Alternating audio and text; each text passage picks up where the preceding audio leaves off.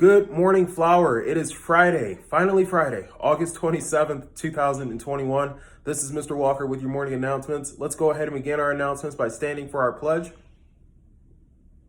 We are standing, our right hands over our hearts, and we are ready to begin.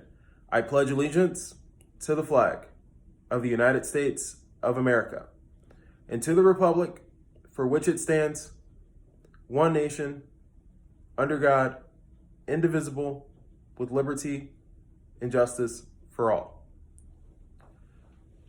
All right, you may go ahead and be seated. As you are seated and on level 0, Mr. Walker has a really important announcement to make.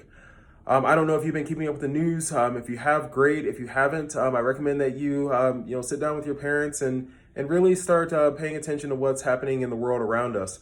Right now in Afghanistan, there is a lot going on. Our U.S. soldiers are just evacuating the country. There's a lot of things happening with that. And unfortunately, last night, several U.S. soldiers were victims to an attack, and several U.S. soldiers lost their lives.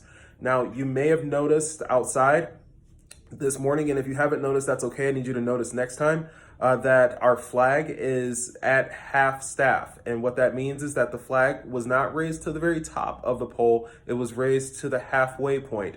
That is done for a reason. Each time that there is an instance where a U.S. soldier loses their life in battle, we raise our flag at half staff to honor and respect the fallen victim.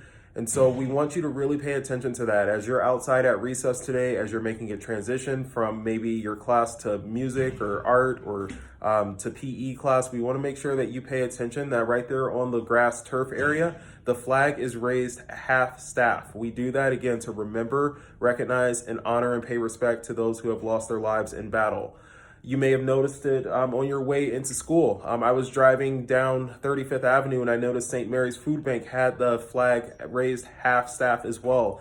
You'll notice it if you go to a park and there's an American flag. You'll notice it at a library. You'll notice it at a courthouse. You'll notice it, wherever there's an American flag. So again, we want to pay attention to that, and we want to just recognize and honor, those fallen victims.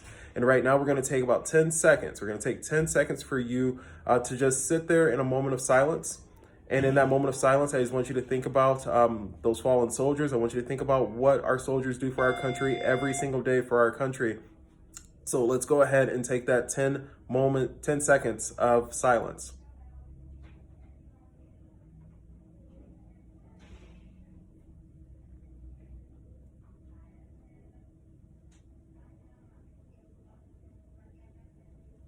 Thank you.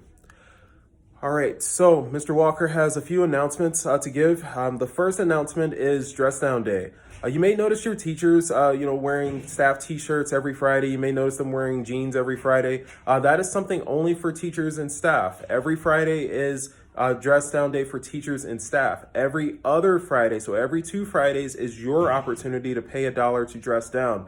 If Mr. Walker doesn't mention it in the morning announcements, if you don't see it on Class Dojo, you don't dress down. So I know there's a few folks in the building right now that are dressed down, and hey, it's all right. We're going to make sure that you get your uniform. So right now, teachers, if you notice a student in your classroom and they are not wearing uniform, please just go ahead, send them to the office. Let's make a quick call home and let's get a quick change of clothes.